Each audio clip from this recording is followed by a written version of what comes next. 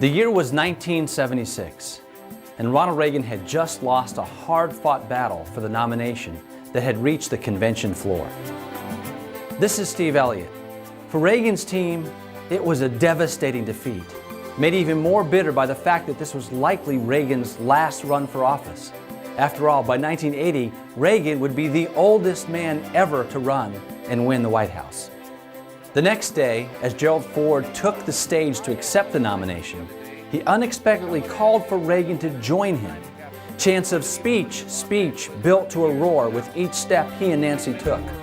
Nancy later recalled Reagan saying to her, quote, "I haven't the foggiest idea what I'm going to say."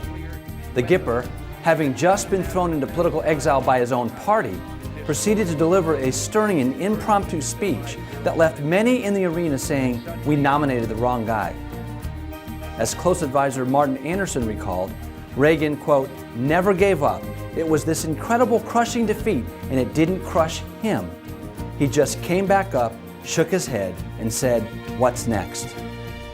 The Gipper spent the next 3 years primarily at his ranch in California, researching and writing radio commentaries that were broadcast across the country.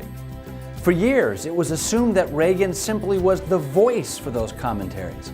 But now we know that Reagan personally penned over 90% of the radio content broadcast following his 1976 political exile.